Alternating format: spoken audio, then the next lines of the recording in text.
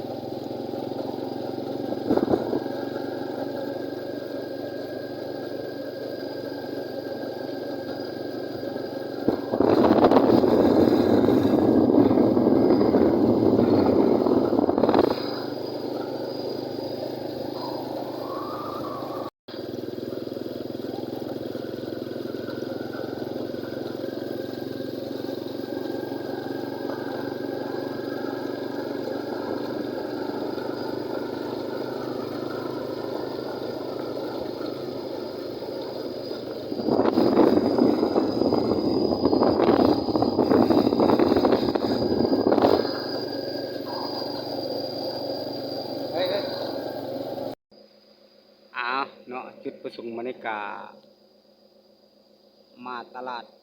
คนมาตลาดทางทางที่ปกย่างบ้านทุ่งกวางทุกคนเมืองมหาไสแขวงขมวนคือว่าตลาดก็ประมาณนี้ทุกคนคือว่า7-8บ้านเขามาใช้บริการซื้อของใช้ต่างๆก็อยู่ตลาดแห่งนี้ทุกคนคือว่าบรูลาปันไดทุกคนตลาดก็เป็นตลาดเล็กๆเนาะทุกคนเป็นตลาดชุมชนทุกคนเราก็ไปก็บ่ได้ไปไกลปันไดทุกคนเลยรอเล่นตามนี้ละ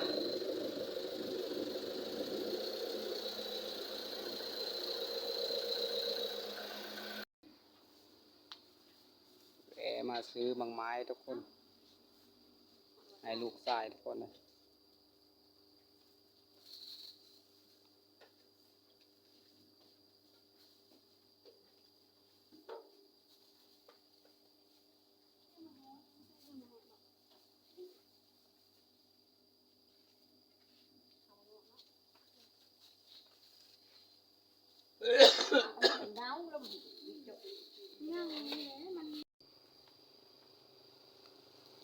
คือว่าเป็นตลาดน้อยแต่แบบเครื่องของก็จะครบทุกอย่างทุกคนแบบเขาเจ้าขายรถไถบ่ถือว่า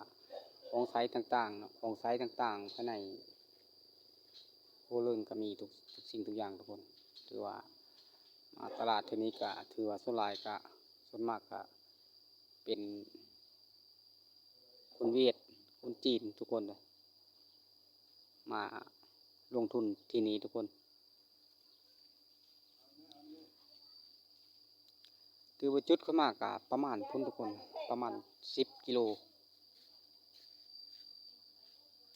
คนกับบหลายทุกคนเขาเจ้าไปเฮ็ดไร่เฮ็ดนา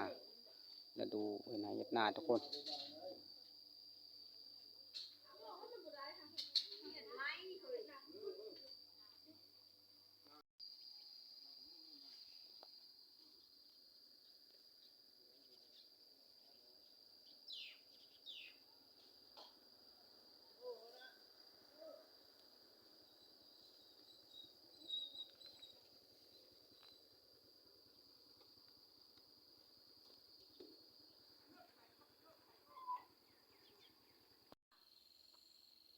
เอาหลังจากมาแต่ตลาดทุกคน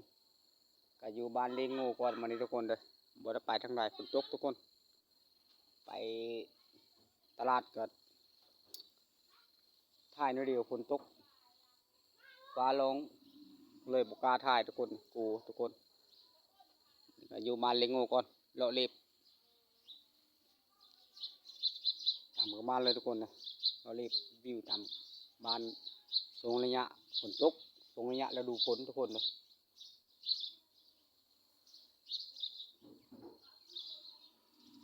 งูก็สองโตทุกคนยากินกับเบิดละคิดยาบะเลี้ยงอยู่หน้าก็คือว่าทุกคนจูงไปบ่ได้ทุกคนนะก็เลยปลาเลี้ยงอยู่นี่ละ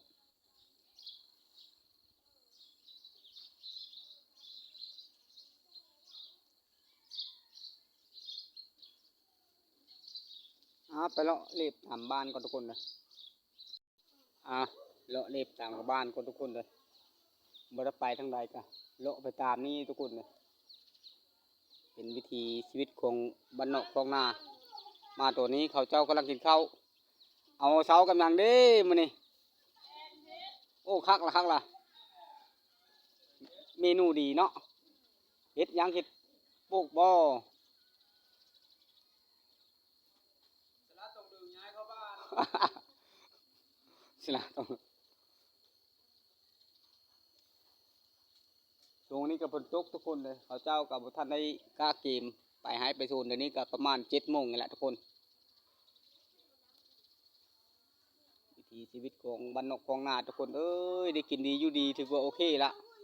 เงินคำบ่เกี่ยวเพิ่นว่าพอเพ่งได้กินได้รับประทานอาหารดีๆก็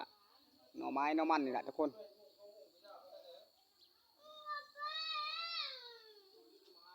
บ้านหลังนี้ก็เป็นบ้านอันเก่าแก่อยู่ทุกคน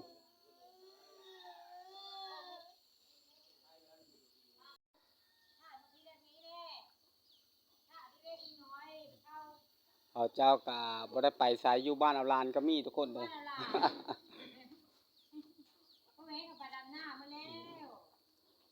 ทำภาษาอันเป็นภาษาคนแก่เนาะทุกคนแก่กับบ่แก่ปานไหนวะ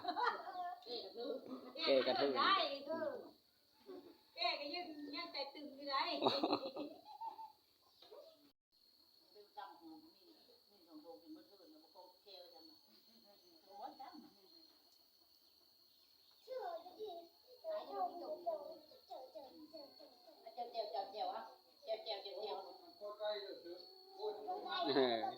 ไก่ปะ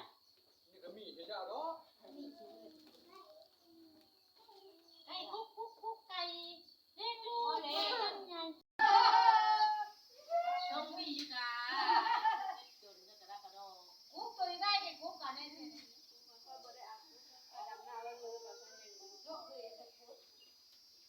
ถ้าบุกคุกพี่กี้เดี๋ยวเขาบอกละยังไม่ได้จ้าเดี๋ยวนี้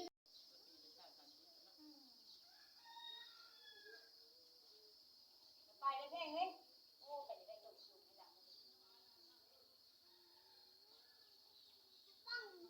มีโมเลยรอด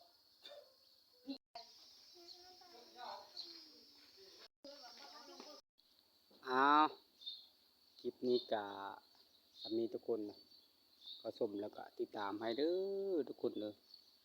เจอกันคลิปหน้าทุกคนสำหรับคลิปนี้จบซ้ำนี้